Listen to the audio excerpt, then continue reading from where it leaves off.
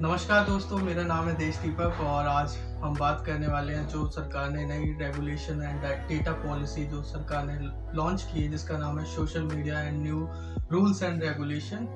क्योंकि दुनिया में इंसान की सबसे आजकल जो महंगी चीज़ है या फिर सबसे बेशकीमती चीज़ है वो है इंसान का डेटा, और इसी को मद्देनज़र रखते हुए सरकार ने धीरे धीरे इन सभी के ऊपर रूल्स एंड रेगुलेशन लगाना शुरू कर दिया है। आज हम उन विषय के बारे में भी चर्चा करेंगे कि किस तरीके से सरकार ने इस बात को उल्लेखित किया है कि सोशल मीडिया एक रिस्ट्रिक्शंस के तहत इस देश में काम करेगा। क्योंकि पिछले दिनों हमने देखा था कि सुप्रीम कोर्ट ने जब डेटा पॉलिसी के मामले में जब व्हाट्सएप को फटकार लगाई थी तो कहा था कि होंगे आप $1 मिलियन कंपनी, लेकिन इस देश में रहना है तो आपको भारत के कानूनों का पालन करना होगा। और इसी को मद्देनजर रखते हुए आजकल जिस तरीके से देश में हेट स्पीच, फॉल्स न्यूज़ और तमाम तरीके की घटनाएं घटित हो रही हैं सोशल मीडिया के माध्यम से, तो अल्बर्ट आइंस्टीन ने एक बार कहा था कि इस देश में तीसरा जो विश्व युद्ध है वो शायद कंप्यूटर और सोशल मीडिया के माध्यम से ही लड़ा जाएगा। तो आज देखते हैं कि सरकार ने इस सोशल मीडिया पे किस तरीके के रिस्ट्रिक्शंस लगा दिए हैं। तो नमस्कार, मेरा नाम है देश दीपक और आप देखना शुरू कर चुके हैं द लोकल वॉइस। तो मैं एक एक करके सारे प्रोविजंस जो इस रूल्स एंड रेगुलेशंस लगाए गए हैं उन सारे प्रोविजंस को पढ़ता हूँ। तो इसमें पहली बात कही गई कि भारत के कानून के मुताबिक शिकायतों की एक अलग व्यवस्था करनी होगी। इसका मतलब है कि सरकार को एक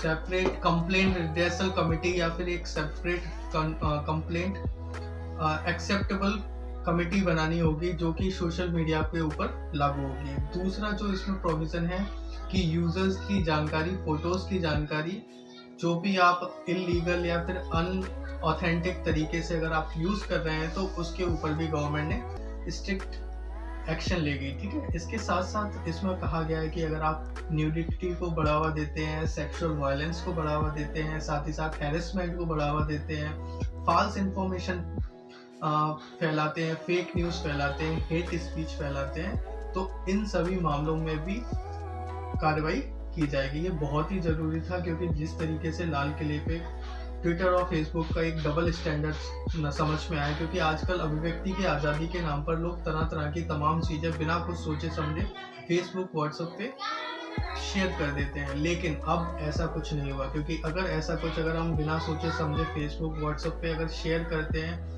या फिर हेट स्टोरी फैलाते हैं या फेक स्टोरी डालते हैं तो इसके साथ IT एक्ट के तहत 5 साल की सजा का प्रावधान भी किया गया है। इसके साथ हमारे देश में पहला है, लेकिन ऐसा नहीं है कि ऑस्ट्रेलिया ने ये कानून पहले ही बना लिया। और ऑस्ट्रेलिया ने साफ कहा है कि अगर ऐसा कुछ किया जाता है, अगर फेसबुक हमारे देश की अखंडता को अगर चैलेंज करेगा तो फेसबुक को इस देश से जाना होगा। तो शायद भारत भी उसी नक्शे कदम पर चल चुका है। आखिर ये सारी कंपनियां कमाती कैसे? क्योंकि भारत में व्हाट्सएप के 53 करोड़ यूजर हैं, यूट्यूब के 44 करोड़ यूजर हैं, इंस्टा के 21 करोड़ और ट्विटर के 2 करोड़। तो इन सभी कंपनियों का जो मार्केट है वो सारा मार्केट इंडिया में है, यानी कि इंडिया से काफ़ी ज़्यादा प्रॉफिट कमा के जाते हैं। तो ऑब्वियसली अगर कमा के जाते हैं तो आपको इस देश के कानून का पालन करना पड़ेगा। तो 1 बाय 1 हम इसके और जो इसके प्रोविजंस है उसके बारे में आते हैं। शिकायतों को सुनने के लिए एक चीफ कंप्लायंस ऑफिसर्स की नियुक्ति की जाएगी and he shall be responsible for ensuring complaint with act and rules, यानी कि एक चीफ कंप्लेंट ऑफिसर नियुक्त करेंगे। दूसरा, एक नोडल ऑफिसर की अपॉइंटमेंट की जाएगी। उसका काम होगा कि 24/7 जो इसके साथ साथ एक और इसमें प्रोविजन किया गया है, वो प्रोविजन है नोडल ऑफिसर्स की नियुक्ति, जिसका काम होगा 24/7 जो भी हमारी शिकायतें आएंगी उन सारी शिकायतों के ऊपर नज़र रखना और उन सारी शिकायतों के बारे में भारत सरकार की जो भी लॉ इन्फोर्समेंट एजेंसी है उनके बारे में सूचित करना। जो तीसरा जो प्रोविजन है, ग्रीवेंस ऑफिसर्स की नियुक्ति करना जो कि अकाउंटेबल होगा हमारी सारी जो भी कंप्लेंट है उनके बारे में बताने के लिए। ठीक है।